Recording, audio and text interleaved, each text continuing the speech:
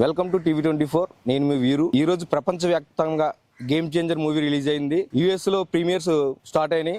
1 గంట నుంచే ఆంధ్ర తెలంగాణలో కూడా 1 గంట నుంచి ప్రీమియర్ స్టార్ట్ అయినాయి. సినిమా మాత్రం చాలా అద్భుతంగా అని చెప్పుకోవచ్చు. రామ్ చరణ్ ఐఏఎస్ క్యారెక్టర్ చాలా బాగా చేశారు.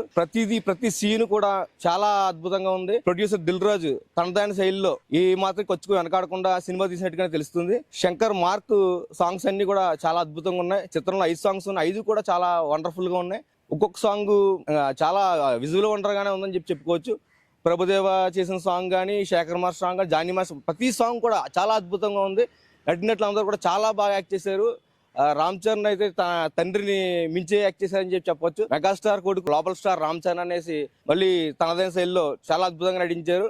హీరోయిన్స్ కియా అద్వానీ, అంజలి తనదైన పాత్రలో వాళ్ళకి ఇచ్చిన పాత్రలో వాళ్ళు అద్భుతంగా నటించారు. విలన్ రోల్ ఎస్జే సూర్య, ఆయన కోసం చెప్పుకోవాల్సిన పనే లేదు. ఆయన దర్శకుడు, అందులోకి చాలా అద్భుతంగా నటిస్తారు. ఆయన విలన్ రోల్ చాలా అద్భుతంగా ఉంది. అలాగే శ్రీకాంత్, సునీల్ కానీ అందరూ కూడా చాలా వాళ్ళకి ఇచ్చిన ప్రతిదీ సీన్ లో కూడా న్యాయం చేశారు.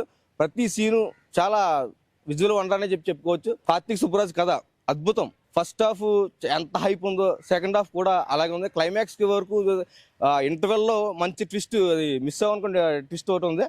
చాలా అద్భుతంగా ఉంది. క్లైమాక్స్ శంకర్ మార్క్ సినిమా చాలా బాగుంది. సినిమా అయితే మాత్రం మొత్తం కలెక్షన్ సునామీస్ వచ్చిందని చెప్పొచ్చు.